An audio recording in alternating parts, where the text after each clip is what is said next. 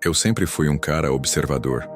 Desde os meus primeiros dias dirigindo um táxi pelas ruas da cidade, notei como cada passageiro carregava uma história, um destino e, muitas vezes, uma reclamação. Reclamação sobre os aplicativos, sobre preços abusivos, sobre motoristas que não apareciam, ou sobre a falta de um atendimento mais humano. Eu ouvia tudo aquilo e guardava. Nunca fui só um motorista, fui ouvinte, conselheiro e, em muitos momentos, um curioso sonhador. Minha jornada começou há mais de 10 anos. Eu pegava o carro cedo antes do sol nascer e voltava para casa só de noite cansado, mas grato por mais um dia de trabalho honesto. Os aplicativos de transporte começaram a surgir e, como muitos, fui resistente. Achava que era só uma moda. Mas quando vi os passageiros sumindo dos pontos e indo direto para os carros solicitados pelo celular, entendi que o jogo tinha mudado. Decidi então me cadastrar também. Comecei a rodar por aplicativo, tentando me adaptar às novas regras. No início foi bom. Corridas rápidas, volume alto, mas logo vieram os cortes de tarifas, as taxas abusivas, os bloqueios por reclamações muitas vezes injustas. Eu sentia que, mesmo trabalhando mais, estava ganhando menos. E não era só eu. Nos pontos, nas filas, nas conversas entre colegas, eram lamentos. Todos nós sabíamos. A conta não estava fechando. Foi num dia desses, depois de uma corrida que mal pagava o combustível, que a ideia me veio. Peguei um passageiro que, durante o trajeto, falou sobre tecnologia, sobre startups, sobre como as grandes ideias nascem da dor. E ele disse uma frase que ficou na minha cabeça. Se você entende o problema melhor do que ninguém, por que não criar a solução? Aquilo me bateu fundo. Cheguei em casa e escrevi num caderno: criar meu próprio app. É claro que parecia loucura. Eu, um taxista com pouco dinheiro, sem formação em tecnologia, querendo desenvolver um aplicativo de transporte. Mas quanto mais eu pensava, mais fazia sentido.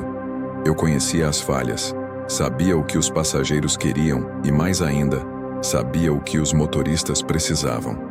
Comecei a pesquisar. Virei noites assistindo vídeos, lendo fóruns, perguntando para todo mundo que eu encontrava como funcionava o processo de desenvolvimento.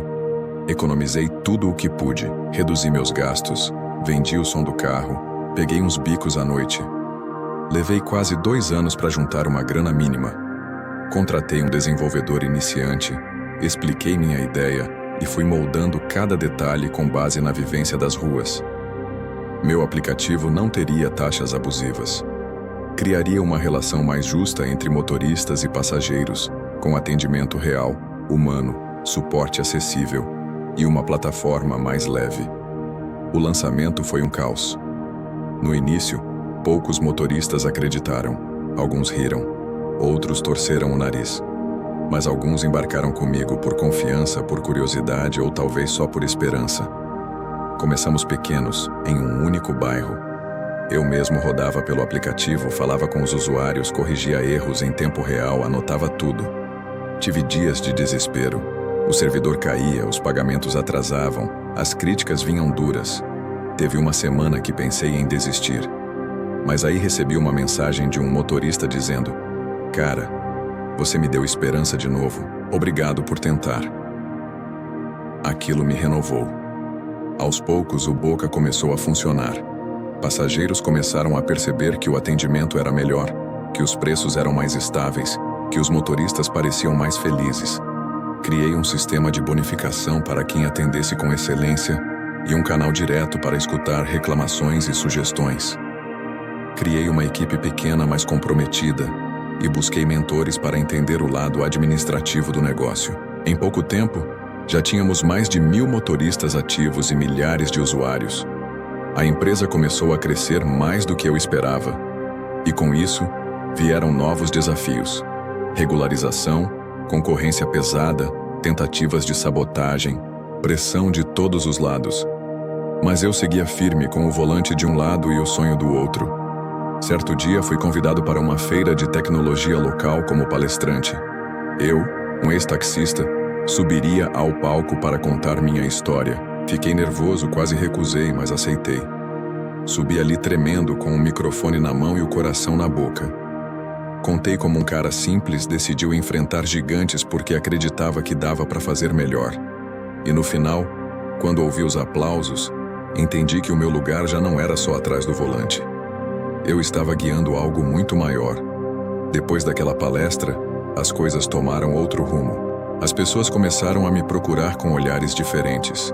Não mais como o taxista que tentou algo, mas como o empreendedor que estava fazendo a diferença. Ganhamos visibilidade em portais de notícia, convites para entrevistas e até propostas de investidores. Foi aí que a ficha caiu. O que eu criei tinha deixado de ser apenas um aplicativo. Tinha virado um movimento. Mas eu precisava manter os pés no chão. Continuei indo ao escritório todos os dias, falando com os motoristas, ouvindo os passageiros. Nada substituía a vivência real. Não dava para ficar trancado atrás de uma mesa. Então, mesmo com a empresa crescendo, ainda fazia questão de dirigir pelo menos uma vez por semana. Era a minha forma de lembrar de onde eu vim e de onde tudo começou. Com os primeiros investimentos, conseguimos aprimorar a plataforma. Contratamos uma equipe de desenvolvedores mais experientes. Investimos em segurança. Implementamos uma central de atendimento de verdade.